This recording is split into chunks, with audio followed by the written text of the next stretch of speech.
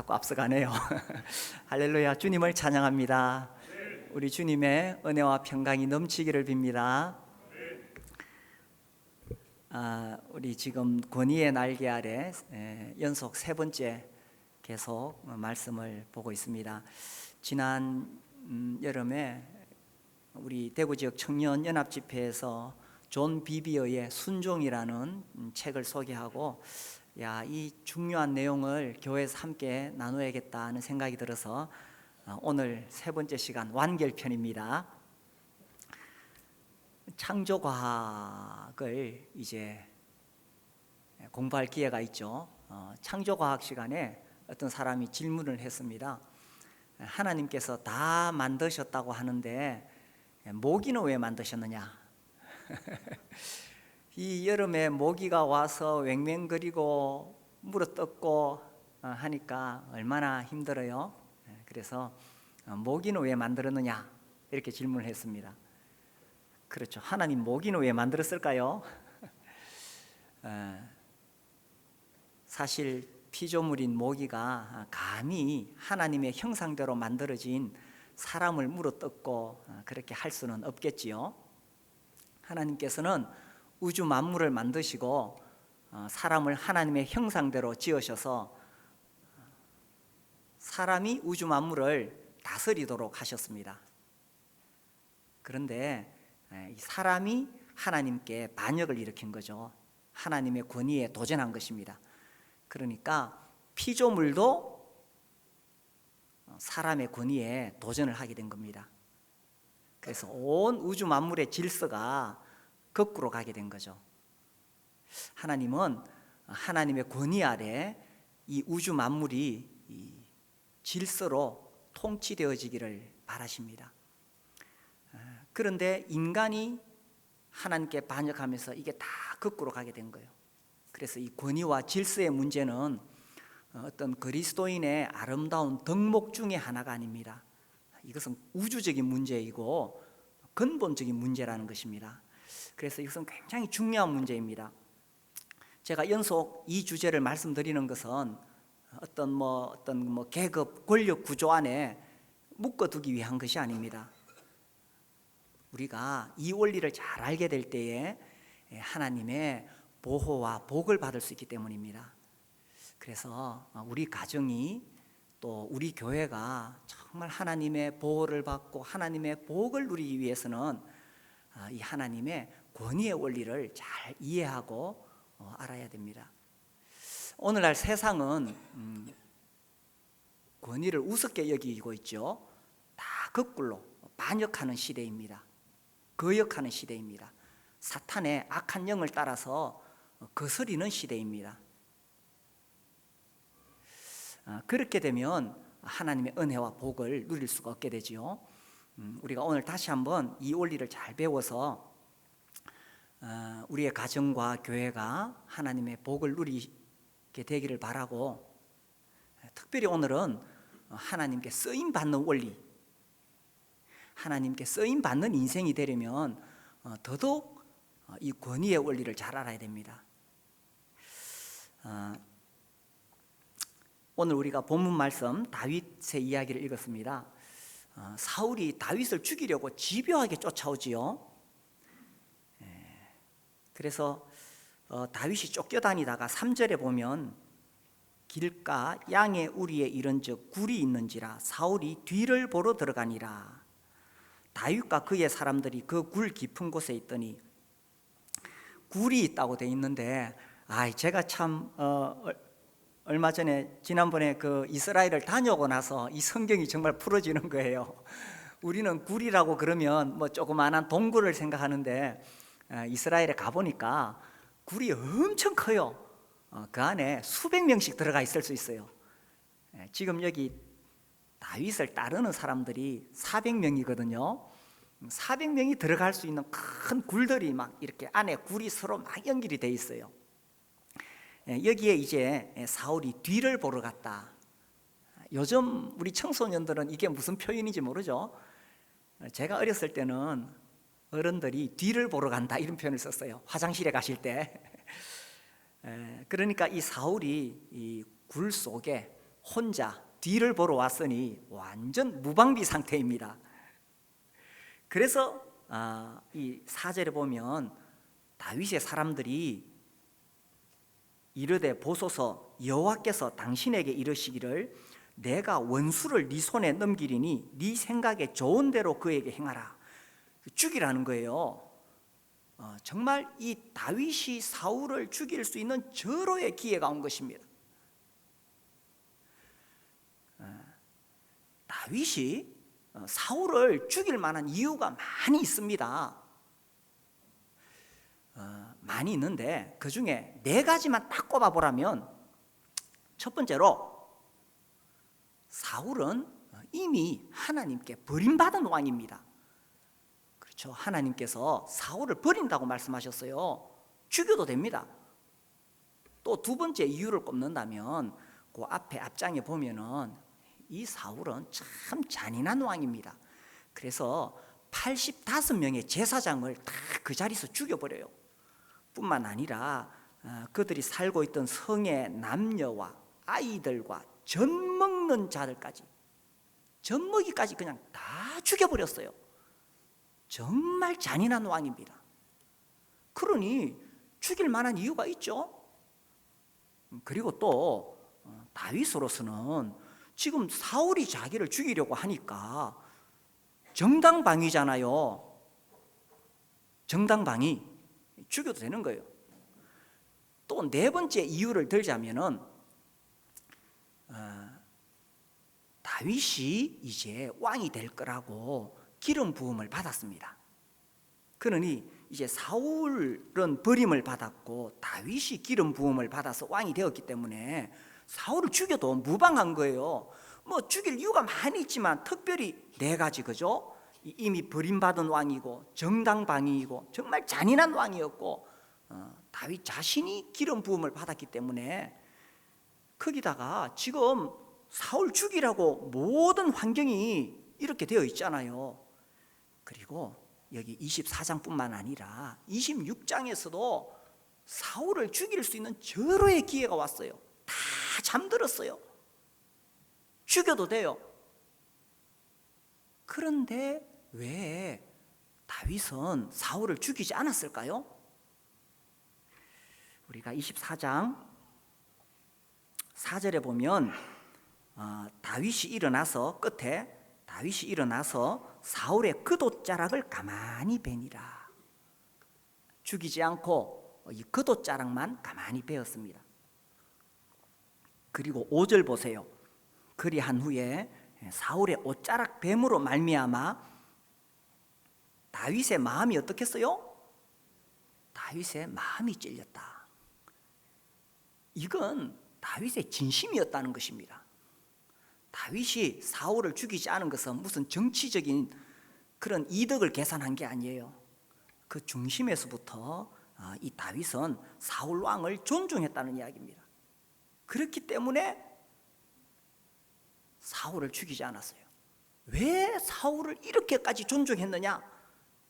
6절에 보면 자기 사람들에게 이르되 내가 손을 들어 여호와의 기름 부음을 받은 내 주를 치는 것은 여호와께서 금하시는 것이니 그는 여호와의 뭐라고요? 기름 부음을 받은 자이다. 이유는 하나입니다. 사울 왕이 인품이 훌륭하고 뭐 이렇게 존경받을 만한 그런 사람이라서 살려둔 게 아니에요. 여호와의 기름 부음을 받은 자이기 때문에. 10절에도 보면, 끝에 보면 그는 여호와의 기름 부음을 받은 자이기 때문이다. 이유는 하나입니다. 나는 내 손을 들어 내 주를 해하지 아니하리니 그는 여호와의 기름 부음을 받은 자입니다. 그 다음에 또 26장에 가면 26장에서도 죽일 기회가 있거든요. 그때도 뭐라고 표현하냐? 9절에 보시면 죽이지 말라. 여호와의 기름 부음 받은 자를 치면 죄가 없겠느냐, 이렇게 말합니다. 11절에 보세요. 26장 11절. 내가 손을 들어 여호와의 기름 부음 받은 자를 치는 것은 여호와께서 금하시나니. 16절에 여기도 여호와의 기름 부음 받은 자라고 되어 있죠. 23절에도 그렇게 되어 있습니다. 뒤에 보면 나는 손을 들어 여호와의 기름 부음을 받은 자 치기를 원하지 아니하니라. 다윗은 이 권위의 원리를 알았습니다. 하나님께서 위임하신 권위를 침범하는 것은 하나님의 권위를 침범하는 것이다. 이 다윗은 그것을 알았던 거예요. 이 사울 왕이 무슨 존경받을 만한 그런 왕이라 그래서 그런 게 아니에요. 이게 권위의 원리라는 것입니다. 옳고 그름의 문제가 아니에요. 우리는 옳고 그른 것을 가지고 따지고 내가 수긍할 수 있어야 된다라고 말하는데, 다윗은 그것이 아니라 단지 그가 하나님으로부터 권위를 위임받은 자이기 때문에 존중했던 것입니다. 다윗이 왜 그렇게 할 수 있었느냐? 다윗은 하나님의 권위를 두려워했기 때문이에요. 오치만 리가 이런 말을 했죠. 인간이 하나님이 위임하신 권위, 그러니까 사람이죠. 사람에게 복종할 수 있으려면 먼저 하나님의 권위부터 만나야 한다. 우리와 하나님의 관계는 그 권위를 만났는지 여부로 결정된다. 그래서 하나님의 권위를 만난 사람은, 하나님을 진정으로 두려워하는 사람은 하나님이 세우신 사람, 하나님이 위임하신 권위도 존중한다는 것입니다.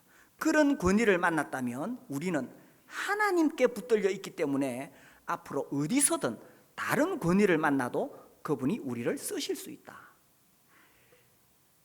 그래서요, 다윗이 하나님께 쓰임받은 이유가 뭐냐? 다윗은 이 권위의 원리를 알았기 때문에 하나님이 세우신 위임 권위를 존중했다는 것은 하나님의 권위를 존중한 것이고, 그랬기 때문에 다윗이 하나님께 쓰임받은 사람이 되었다는 것입니다. 우리 인생의 가장 복된 인생이 뭐겠어요? 뭐 세상에서 출세하고 성공하는 게 복된 인생입니까? 내 인생 잠시 왔다 가는 이 세상 나그네 길에서 하나님의 손에서 쓰임받는 인생이 된다면 그보다 더 귀하고 값진 인생이 어디 있겠어요? 그렇게 되려면 우리가 하나님이 세우신 위임 권위에 먼저 순종하는 사람이 되어야 된다는 것입니다. 그래서 우리 자녀들은 가정에서 부모님께 순종하는 것이 가장 첫걸음입니다. 우리 자녀들이 부모님에게 순종하면 하나님의 보호와 복을 받고 하나님께 쓰임받는 길이 되는 거예요. 목장에서 마찬가지예요. 목장에서는 우리 목자님과 목녀님을 정말 존중하고, 그분이 존경받을 만한 훌륭한 분이라서, 물론 우리 교회 목자 목녀님들은 다 훌륭하십니다. 그러나 그분들이 무슨 어떤 자격을 갖추어서가 아니에요. 하나님께서 그분들을 위임 권위로 세우셨기 때문에 존중하는 겁니다. 직장에서도 마찬가지죠. 우리는 어디에 가나 권위를 만납니다. 직장에 가면 다 권위가 있죠. 교회에서도 마찬가지입니다. 각 부서가 있습니다. 교회 안에 여러 부서가 있고 여러 팀이 있는데, 거기에서도 책임자들을 진심으로 존중하고 존경하는 것은 위임 권위에 순종하는 거죠. 그래서 이 다윗은 사울 왕이 하나님으로부터 그 권위를 받았다는 것을 인정한 거죠. 비록 자기를 죽이려고 쫓아왔지만. 우리 로마서 13장 여러 번 살펴봤죠. 또 볼까요?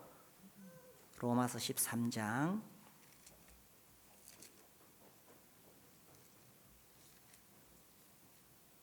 1절과 2절입니다.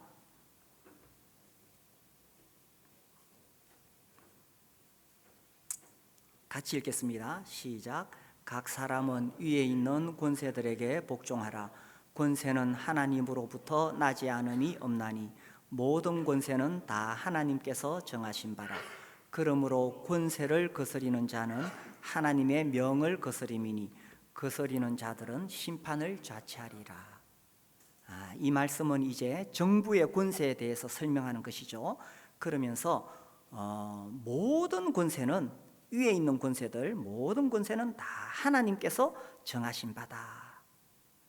그러므로 권세를 거스리는 자는 하나님의 명을 거스림이니. 다윗은 이 원리를 알았다는 것입니다. 그래서 그 사울 왕에게 그 권세를 거스르지 않으려고 했던 거예요. 그래서 하나님의 위임 권세를 거스리는 자들은 심판을 자취하는 것이다, 이렇게 되어 있습니다. 자, 우리가 여기서 또 질문을 하게 됩니다. 모든 권세를 다 하나님께서 정하셨다면 부당한 권위도 하나님이 세우셨는가 하는 질문입니다. 사실 우리가 살다 보면 우리 사회에 정말 부당한 권위가 있습니다. 정말 악한 지도자들이 있습니다. 그런 악한 지도자도 하나님께서 세우셨을까요? 우리 출애굽기 9장을 보겠습니다. 여기 출애굽기 9장 16절, 여기 보면 애굽 왕 바로에 대한 설명이 나옵니다. 이 당시에 이 애굽 왕 바로는 정말 잔인한 왕이었습니다. 이스라엘 백성들이 남자 아이를 낳으면은 다 죽이라고 그랬어요. 아니, 어떤 집에 그 사내 아이가 태어났는데 그 아이를 죽여야 돼요. 야, 정말 잔인한 왕이죠. 그 아이의 목숨도 귀하지만 부모로서 어떻게 그 갓난아기 아이를 죽일 수가 있겠어요? 이런 잔인한 명령을 내린 왕이 애굽 왕입니다. 그리고 이스라엘 백성들을 정말 혹독하게 노예로 부려먹었던 왕입니다. 그러니까 우리가 정말 이 말로 할 수 없는 악독한 왕입니다. 이 존 비비어는 애굽 왕 바로를 고대의 히틀러다, 이렇게 표현했습니다. 히틀러가 정말 잔인한 짓 많이 했죠. 우리가 아는 대로 600만 명의 유대인들을 학살했습니다. 아무튼 우리 주위에 이런 악한 지도자들이 많이 있습니다. 그러면 이런 사람들도 하나님께서 세우셨느냐 하는 거예요. 우리 출애굽기 9장 16절 같이 한번 읽어봅시다. 시작. 내가 너를 세웠음은 나의 능력을 네게 보이고 내 이름이 온 천하에 전파되게 하려 하였음이니라. 자, 여기 보세요. 이 악한 왕 바로를 마귀가 세웠습니까? 하나님이 세웠습니까? 내가 너를 세웠음은, 이렇게 나오죠. 우리가 참 이해할 수 없습니다. 아니, 이렇게 악한 왕을 어떻게 하나님이 세우셨느냐? 사실 역사 속에서 잔인한 왕들이 참 많습니다. 잔인한 지도자들 많습니다. 무고한 백성들을 많이 죽였습니다. 우리가 이해 못하죠. 사실 이제 이런 것을 두고 신학적으로 설명하기 위해서 신정론이라는 게 있습니다. 의로우신 하나님이 계신다면 어떻게 세상에 악한 일이 일어날 수가 있느냐? 신학에서 굉장히 큰 분야를 차지하고 있습니다. 이 시간에 그것을 다 설명할 수는 없습니다. 분명한 것은 이 권위의 원리에 있어서 모든 권세는 하나님으로부터 온다는 것입니다. 자, 이것이 구약에만 어떻게 이렇게 기록된 게 아니라 이것을 사도 바울도 그대로 인용해서 설명하고 있습니다. 우리 로마서 9장 한번 볼까요? 로마서 9장 17절입니다.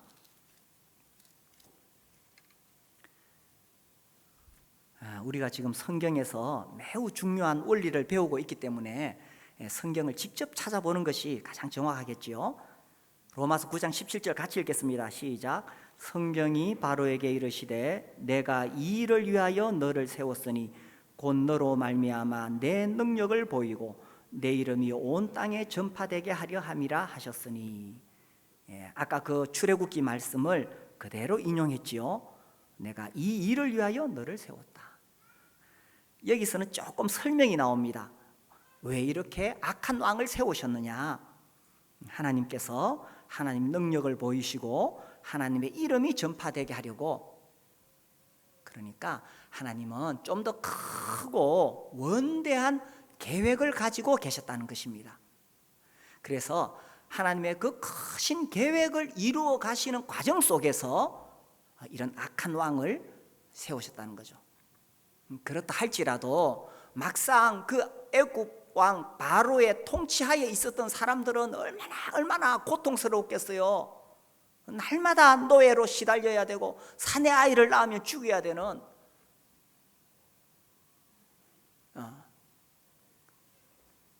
그러나 성경에서 이 권세의 원리는 하나님으로부터 왔다는 것을 말씀하고 있습니다. 자, 그러면 우리 생활 속에 정말 이 악한 지도자들을 만날 때에 우리가 어떻게 해야 되느냐?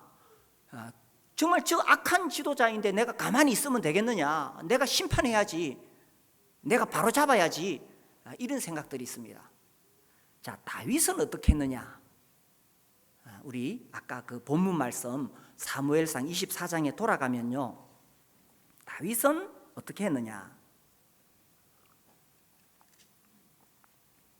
24장 12절에 보시면 12절 같이 읽겠습니다. 시작. 여호와께서는 나와 왕 사이를 판단하사 여호와께서 나를 위하여 왕에게 보복하시려니와 내 손으로는 왕을 해하지 않겠나이다. 다윗은 이렇게 했던 겁니다. 자기를 죽이려고 하는 그 악한 왕에 대해서 자기가 심판하려는 것이 아니라 하나님의 손에 맡겼던 거죠. 여호와께서는 나와 왕 사이를 판단하사 여호와께서 나를 위하여 왕에게 보복하시려니와 내 손으로는 왕을 해하지 않겠나이다. 참 쉬운 고백이 아닙니다. 그런데 여기서도 결국 내가 정말 하나님을 믿을 수 있느냐 하는 거예요. 내가 정말 하나님을 믿을 수 있느냐? 하나님을 믿을 수 있다면 하나님의 손에 맡길 수가 있습니다. 그런데 하나님을 못 믿으면 내가 나서야 되겠죠? 하나님께서 심판하지 않으시니 내가 심판하겠습니다. 내가 나서야 됩니다. 그런데 정말 하나님을 믿을 수 있다면 하나님의 손에 맡기는 겁니다. 우리가 살다가 억울한 일을 당할 때가 참 많지요. 이거 어떻게 설명할 수가 없습니다. 사람들은 다 자기가 옳다고 생각하는 것을 굳게 믿고 있기 때문에 그 생각을 절대로 안 바꿉니다. 내가 억울한 일 당할 때 상대방은 절대로 옳다고 믿는 거예요. 어떻게 해명하겠어요? 하나님의 손에 맡기는 겁니다. 사울은 다윗을 죽이려고 생각하고 있고 다윗은 죽음에 처해 있지만 하나님의 손에 맡긴 거예요. 15절 같이 읽겠습니다. 15절 시작. 그런즉 여호와께서 재판장이 되어 나와 왕 사이에 심판하사 나의 사정을 살펴 억울함을 풀어주시고 나를 왕의 손에서 건지시기를 원하나이다 하니라. 하나님께 맡기고 기도한 거죠. 여호와께서 재판장이 되어 나와 왕 사이에 심판하사 나의 사정을 살펴 억울함을 풀어주시고. 혹시 오늘 억울한 일을 품고 오신 분이 계십니까? 그 어떻게 풀 수 없을 때에 다윗처럼 고백하시기 바랍니다. 여호와께서 재판장이 되어. 특별히 악한 지도자를 만나서 고생하는 분이 계신다면 이렇게 하라는 거예요. 그래서 누가 심판하느냐?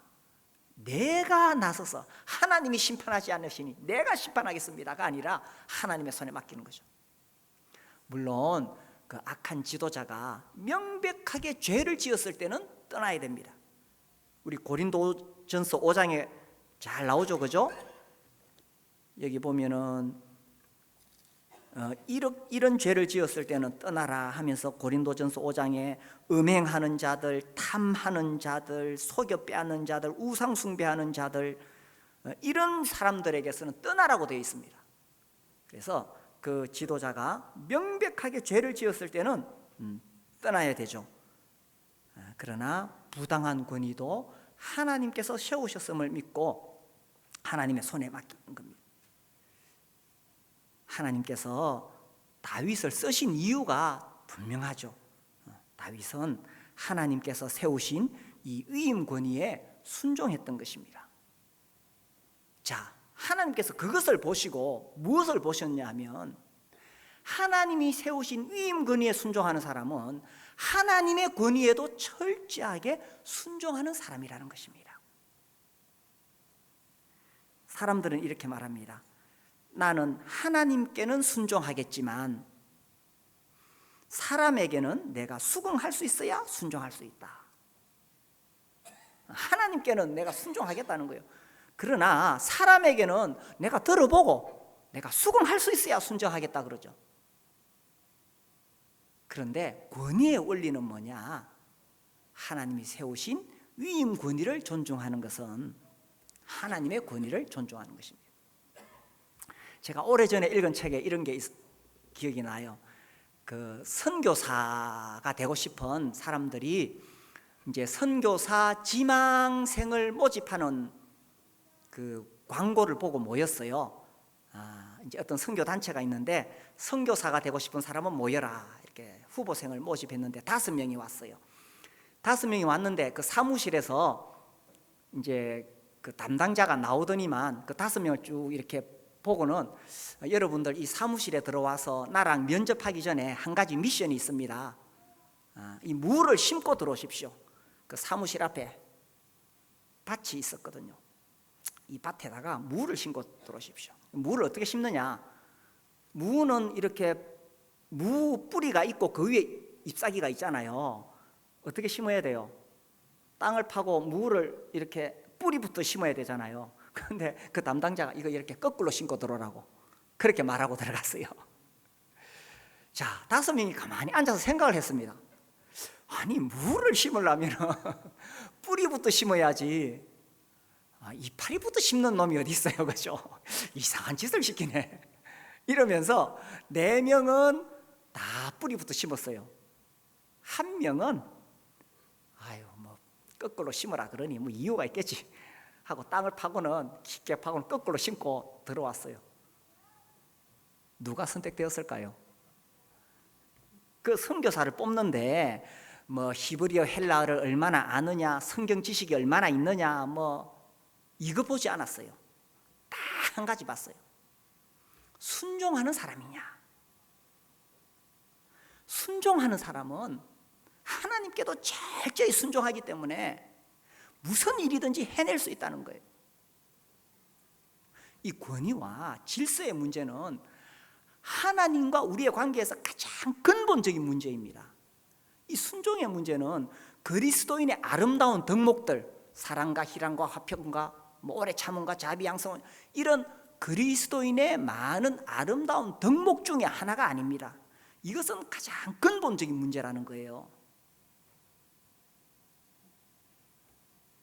우리가 정말 하나님께 쓰임받는 사람이 되려면은 이 하나님의 권위가 뭔지를 알아야 되고 그 원리를 알아야 된다는 겁니다. 이제 제가 지금 우리 교회에서 이렇게 공적으로 목회 사역을 하고 있습니다만은 언젠가 때가 되면 저도 물러나야 되겠죠. 나이가 들면 물러나야 됩니다. 그럼 후임 목회자를 세워야 됩니다. 저는 욕심이 좀 있습니다. 후임 목회자가 영성, 지성, 야성도 있어야 돼요. 나가서 막 전도할 수 있어야 됩니다. 그리고 영어도 잘했으면 좋겠어요. 제가 영어를 잘 못하니까. 하여튼 그런 훌륭한 후임 목회자가 세워지기를 계속 기도하고 있습니다. 그리고 주위에 제가 외부에 다니면서 계속 찾고 있습니다. 그런데 아무리 좋은 재능과 자질이 있다 하더라도 순종하는 삶의 태도가 훈련되어 있지 않다면 절대로 안 됩니다. 왜냐하면 하나님께서는 이 다윗처럼 순종하는 사람을 사용하시기 때문에 그런 거예요. 하나님께는 당연히 순종하죠.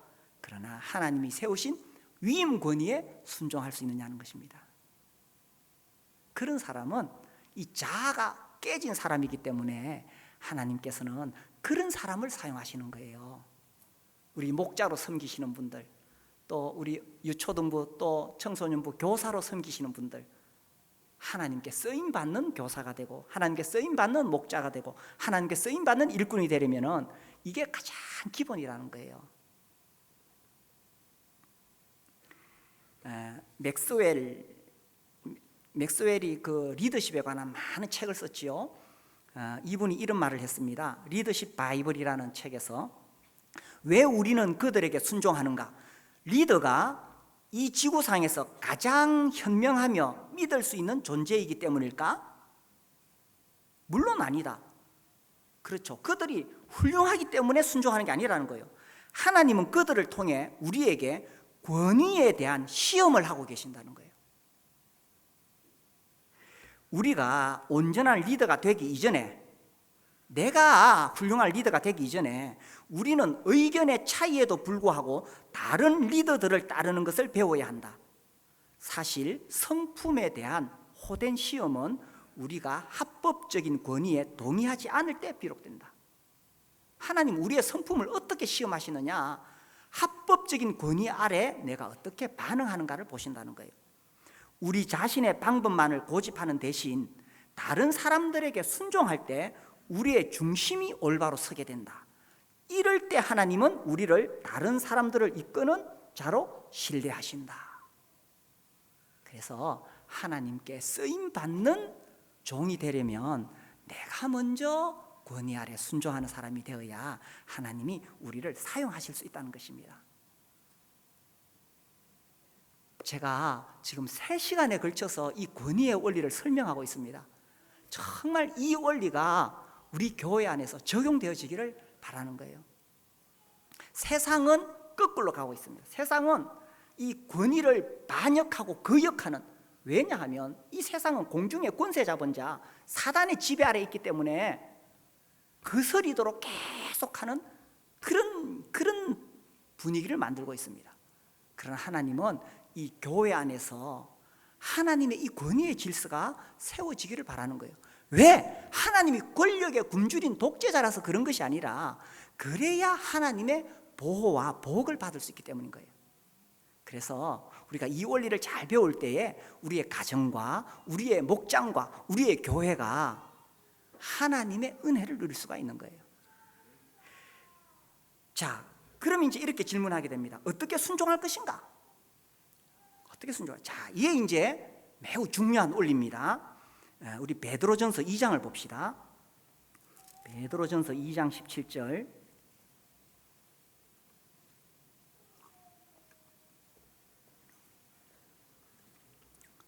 (2장 17절) 같이 한번 읽겠습니다. 시작. 무사람을 공경하며 형제를 사랑하며 하나님을 두려워하며 왕을 존대하라. 자, 왕을 존대하라. 이때 베드로가 말한 왕이 누구냐? 이 사도행전 12장에 나오는 헤롯 아그리파 1세로 보여집니다. 그러면 그 왕은 선한 왕이었느냐? 아니에요. 이 왕은 야고보, 주님의 제자 중에 하나인 야고보를 죽였던 사람입니다. 베드로를 죽이려고 옥에 가두었던 사람입니다. 그런데 베드로는 나중에 풀려나서 하는 말이 그 왕을 존대하라는 거예요. 이게 말이나 되는 소리입니까? 그러나 베드로는 이 권위의 원리를 지금 설명하고 있는 것입니다. 자, 그럼 여기서 이제 우리가 생각해 볼 수 있는 것은, 자, 이 왕은 그 당시에 복음을 전하지 못하도록 방해했던 왕입니다. 그러면 왕을 존대해야 되니까 아이고 그럼 전도하지 말아야지. 이게 왕을 존대하는 겁니까? 제가 지금 무슨 이야기 하는지 이해하시죠? 네. 이 워치만 리는 복종과 순종을, 이 단어를 가지고 설명을 했어요. 어떻게 설명했느냐? 복종은 권위 아래 들어가다라는 뜻을 가지고 있다. 그래서 절대적인 것이라는 겁니다. 이것은 태도의 문제이다 이렇게 말하고, 순종은 말을 듣다, 상대적인 의미를 가지고 있고, 이것은 행동의 문제라는 겁니다. 자, 이게 무슨 말이냐 하면은 권위에 대해서 절대적으로 복종해야 된다는 거예요. 존대한다는 말은 그 왕을 절대적으로 존경하고 그 권위를 존중해 줘야 된다는 겁니다. 이게 복종입니다. 그럼 순종은 뭐냐? 그런데 그의 명령이 하나님의 말씀에 어긋날 때는 행동은 따라갈 수가 없다는 이야기입니다. 그래서 이 애굽의 산파들이 그 바로가 명령하기를 사내 아이가 낳으면 다 죽여라 이렇게 명령했을 때 죽였어요, 안 죽였어요? 그런 명령에는 순종할 수 없어요. 그죠? 사내 아이를 죽이라는 그런 악한 명령에 순종할 수 없어요. 그러나 그들은 왕을 존중했습니다. 이건 복종의 자세라는 거예요. 기도하지 마라고 했을 때 다니엘이 왕의 명령에 따라 기도 안 했습니까? 기도했어요, 안 했어요? 했어요. 그런데 다니엘은 정말 왕을 존중하는 사람이었습니다. 그래서 왕의 그 권위에는 절대적으로 복종했지만 기도하지 말라는 그 명령에 순종할 수는 없었다는 거예요. 그러니까 복종은 이 마음의 태도를 이야기하는 거예요. 내 마음으로는 그가 위임 권위이기 때문에 정말 존대하고 존중하는 겁니다. 그러나 그가 하나님 말씀에 어긋난 명령을 내릴 때는 따라갈 수가 없는 거예요. 그래서 이 사도들은 전도하지 말라고 했지만 전도했습니다. 왜? 전도하는 것은 하나님의 법이고 하나님의 명령이니까. 그렇지만 자기들을 방해한 그 왕들에 대해서는 늘 존대하는 마음을 가지고 베드로는 그 왕을 존대하라 이렇게 가르쳤던 거예요. 그래서 만약에 부모님이 교회 가지 마라 라고 했을 때 어떻게 해야 돼요? 우리가 그 부모님을 정말 존중해야 됩니다. 그러나 하나님께 예배하기 위해서는 나와야 되는 거죠. 남편이 우리가 신앙생활 하는 걸 계속 막는다, 남편이 막 아내를 방해한다, 신앙생활 못하게, 그럴 때 남편을 정말 존대해야 됩니다. 그러나 그렇다고 해서 내가 신앙생활을 안 할 수는 없죠. 신앙생활을 해야 되는 겁니다. 그래서 이 권위의 원리는 일단 하나님께서 그에게 위임 권위를 주셨기 때문에 그를 존대하는 거죠. 그리고 행동으로 순종할지라도 이 두 가지가 있어요. 엄마가 얘야 쓰레기 버리고 오너라 그러니까 엄마 내가 공부하는데 짜증내면서 쓰레기 버리고 왔어요. 순종했습니까, 안 했습니까? 순종했어요, 행동으로. 그죠? 그런데 마음으로는 복종하지 않았다는 거예요. 그래서 이사야 1장 19절에 이렇게 나옵니다. 또 찾아볼까요? 이사야 말씀 1장 19절.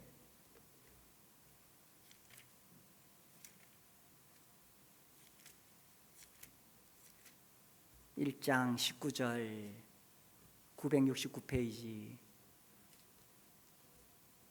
자, 같이 읽읍시다. 시작.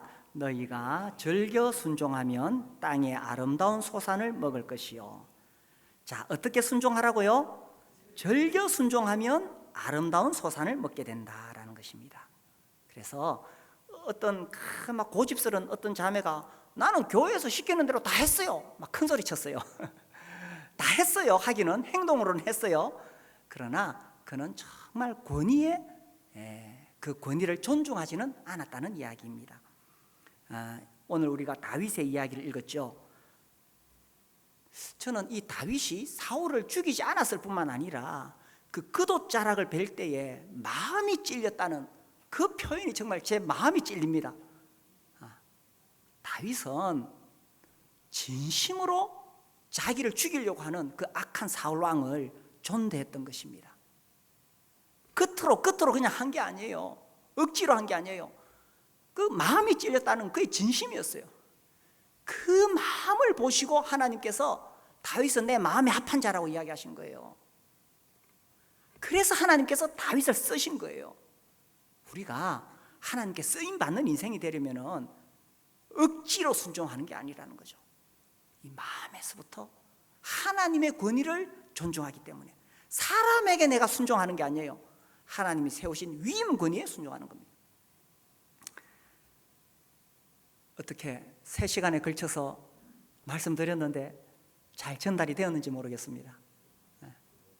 우리가 이 원리가요, 아까도 말씀드렸듯이 세상은 계속 반역하는 권위를 거스리는 그것을 가르치고 있고 인권 이야기하면서 네 이익을 찾아야 된다고 하면서 그런 분위기 속에 살아가고 있습니다.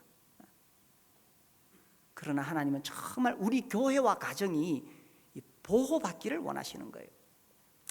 이 미리암과 아론이 모세를 비방한 것은 그건 당연한 거예요. 어떻게 인간적으로 보면 모세가 비방받을 짓을 했어요. 아니 그 이스라엘의 지도자가 이방 여인과 결혼하다니 비방받을 짓을 했죠. 그러나 하나님이 세우신 위임 권위를 비방했기 때문에 저주를 받은 거예요. 한나는 정말 오해받았지요. 터무니없는 오해를 받고 책망을 받았지만 엘리 제사장을 존중했는 거예요. 그리고 축복받았죠. 이 다윗도 정말 악한 왕이었지만 하나님의 기름 부음 받은 자라고 존중했기 때문에 쓰임을 받은 거예요. 이것이 권위의 원리라는 것입니다. 또한 권위를 가지고 있는 입장에서는 자, 내가 권위를 가지고 있으니까 내 권위에 복종하라. 모세는 그렇게 하지 않았습니다. 모세는 그렇게 하지 않았어요. 왜냐하면 하나님께서 판단하시기 때문에. 예수님도 그렇죠. 예수님은 최고의 권위를 가지신 분이시지만 예수님은 오히려 이 땅에 오셔서 섬기셨습니다. 권위를 가진 사람은 자기 권위를 주장하는 것이 아니라 섬기는 거죠. 그리고 또한 위임 권위 아래에 있는 사람은 그 위임 권위를 존중하는 것입니다. 예수님이 높아요? 하나님이 높아요? 동등하시지만 예수님이 자기를 낮추시고 하나님께 죽기까지 복종하셨는 거예요. 이것은 어떤 계급의 문제가 아니라는 것입니다. 이것이 성경에서 말하는 권위의 원리입니다. 그래서 우리 가정에서 우리 자녀들이 정말 부모님의 권위를 존중하고 또 아내는 남편의 권위를 존중하고 요즘 이 시대에 정말 남편의 권위가 자꾸 떨어지고 있어요. 이 세상적인 풍조예요. TV 보면 다 그렇게 나와요. 그러나 우리 교회 안에 있는 가정들은 우리 자매님들이 남편이 뭐 훌륭하고 뭐 능력 있고 그래서 존중하는 것이 아니라 하나님께서 남편과 아내 사이에 질서를 세우셨는 거예요. 둘 다 동등하지만 질서가 있는 거예요. 특별히 우리 교회 젊은 우리 자매들은 정말 남편을 위임 권위로 알고 존중하시길 바랍니다. 또 목장에서도 목자 목녀님은 정말 존중받아야 됩니다.